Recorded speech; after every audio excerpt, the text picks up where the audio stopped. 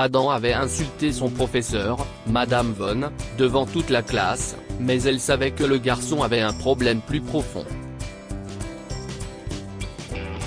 Elle a voulu le découvrir, ce qui a changé la relation entre elle et le garçon pour toujours. Adam. Si est-il la troisième fois cette semaine que tu es en retard en classe? Je t'ai vu rôder dans le couloir cette fois, dit Madame Von en grondant le garçon de 13 ans, sachant très bien que cela tombait dans l'oreille d'un sourd. Adam s'en fichait. À présent, il était passé maître dans l'art d'ignorer les voix et les mots ennuyeux de ses professeurs. Jusqu'à ce que Madame Von dise quelque chose qui le fasse réagir. Tes parents t'ont éduqué mieux que ça, mon garçon. Je veux que tu y penses pendant que tu passes le reste du cours debout à l'extérieur de la classe, dit froidement le professeur. Quelque chose dans cette réprimande a fait trembler Adam et l'a fait transpirer de colère. Les poings serrés, il a crié à Madame Von, « Vous êtes le pire professeur du monde », avant de sortir de la classe en larmes.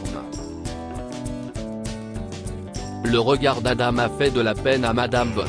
Quelque chose fait souffrir ce garçon, lui a dit son instinct. Quelque chose au-delà de l'école. Au cours de ses 10 années de carrière en tant que professeur d'histoire, elle n'avait jamais rencontré un enfant aussi troublé par une réprimande. Dès le lendemain, elle a pu voir une toute autre facette du garçon qui était connu comme le fauteur de troubles parmi ses camarades de classe et ses enseignants. Est-ce vraiment Adam ? Se dit-elle en regardant le garçon parler avec un sans-abri à l'extérieur de la cour de l'école pendant la récréation. Il parlait à un homme âgé et désemparé, lui demandant comment il se sentait et s'il avait besoin de quelque chose. Le garçon a ensuite sorti une boîte à lunch de son sac, l'a ouverte et a tendu un sandwich au sans-abri. Voilà, dit Adam à l'homme, en souriant, et il remet sa boîte à lunch vide à l'intérieur. Il a ensuite pris une grande gorgée de sa bouteille d'eau et est retourné en classe l'estomac vide. Ce geste a fait monter les larmes aux yeux de Madame Von et a confirmé ce que lui disait sa voix intérieure. Adam était un enfant adorable, et quelque chose l'avait blessé assez profondément pour qu'il se comporte mal à l'école. Adam, attends, l'enseignante l'a appelé et a insisté pour qu'il s'assoie avec elle et partage son déjeuner ce jour-là. Adam a été surpris par le geste inattendu de gentillesse de la part du professeur qu'il venait d'insulter la veille. Et il a été encore plus surpris par la gentillesse de cette femme, par le fait qu'elle ait vécu une vie difficile et qu'elle se soit souciée de lui pour lui demander ce qu'il traversait. Dis-moi, Adam, qu'est-ce ce qui se passe avec toi? Je t'ai vu aider ce sans-abri, il est donc évident que tu n'es pas un simple élève espiègle. Dis-moi, contre quoi luttes-tu? Lui a demandé Madame Von, en prenant ses mains. Pour la première fois, Adam se sentait suffisamment en sécurité pour ouvrir son cœur à quelqu'un et lui montrer son chagrin. La vérité était qu'Adam avait perdu sa mère il y a 1 an, et rien n'avait été pareil depuis. Le garçon autrefois doux et brillant est devenu un enfant perdu, incapable de gérer ses émotions, se bagarrer et insulter les autres enfants et les professeurs est devenu un moyen facile d'y parvenir. Dès que Madame Von a réalisé cela à propos de son élève, elle a complètement changé son approche envers lui. Adam continuait à faire des bêtises à certains moments, mais Madame Von répondait avec patience et gentillesse.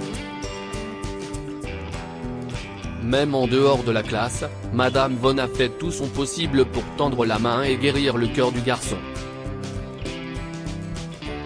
Elle l'aide à faire ses devoirs, lui prépare des aliments nutritifs et lui achète des vêtements chauds en hiver. Plus l'enseignante essayait d'être présente pour son élève, plus il redevenait gentil. Il a commencé à étudier plus sérieusement, à être plus attentif en classe et à parler poliment à ses professeurs. Et cela était suffisamment gratifiant pour Madame Von. Lorsqu'Adam a obtenu son diplôme quelques années plus tard, il n'a pas oublié de remercier la personne qui l'a le plus influencé dans sa vie. Merci à la seule personne qui est devenue la lumière dans mon obscurité, qui est devenue une mère pour un garçon orphelin et sans direction comme moi. Merci, Madame Von, avait-il dit, faisant pleurer l'enseignante. Grâce à la discipline et au travail acharné que Madame Von a inculqué à Adam, il a été admis dans l'une des universités les plus prestigieuses du pays. Il a voyagé dans tout le pays, loin de l'enseignante à qui il devait tout. Et Madame Von ne pouvait pas être plus fière. Même si les années ont passé, même si elle a fini par prendre sa retraite et a cessé d'avoir des nouvelles de son protégé, elle citait toujours son exemple à tous les enfants qu'elle rencontrait, même à son propre petit-fils, Gary.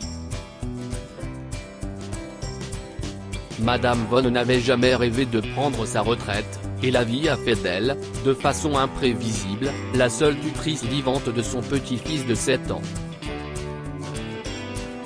Les parents de Gary sont morts dans un accident il y a 1 an, et s'y estime maintenant à sa grand-mère qu'il incombe de veiller à ce qu'il reçoive la meilleure éducation possible.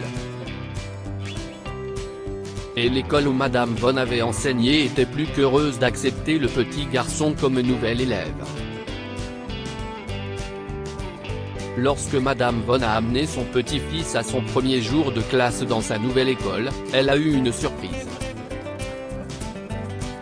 Le professeur de Gary était un jeune homme, occupé à ranger les livres et à effacer le tableau noir jusqu'à ce qu'il se tourne et regarde Madame Von. Le sourire aimable du jeune homme était unique. Adam. Si est-il toi? Madame Von s'est figée, incrédule. C'était bien Adam, après toutes ces années. Cet après-midi-là, Adam a repris contact avec la femme qui avait changé sa vie. Cela fait longtemps que je voulais vous dire ça, Madame Von. Ce jour-là, en classe, où je vous ai insulté. Ça revient encore me hanter de temps en temps. Je vous ai traité de la pire enseignante du monde, et je veux m'excuser pour ça, dit Adam. Parce que vous n'étiez pas seulement une enseignante. Vous étiez la femme qui croyait en moi quand personne d'autre ne le faisait. Et vous m'avez inspiré à devenir moi-même un professeur. Si ce n'est pas la meilleure chose au monde, je ne sais pas ce que c'est, a-t-il ajouté. Madame Von a pris son ancien élève dans ses bras et a enlevé toute la culpabilité et le regret de son cœur. Je vous le promets, lui a-t-il dit, je ferai de mon mieux pour être comme vous.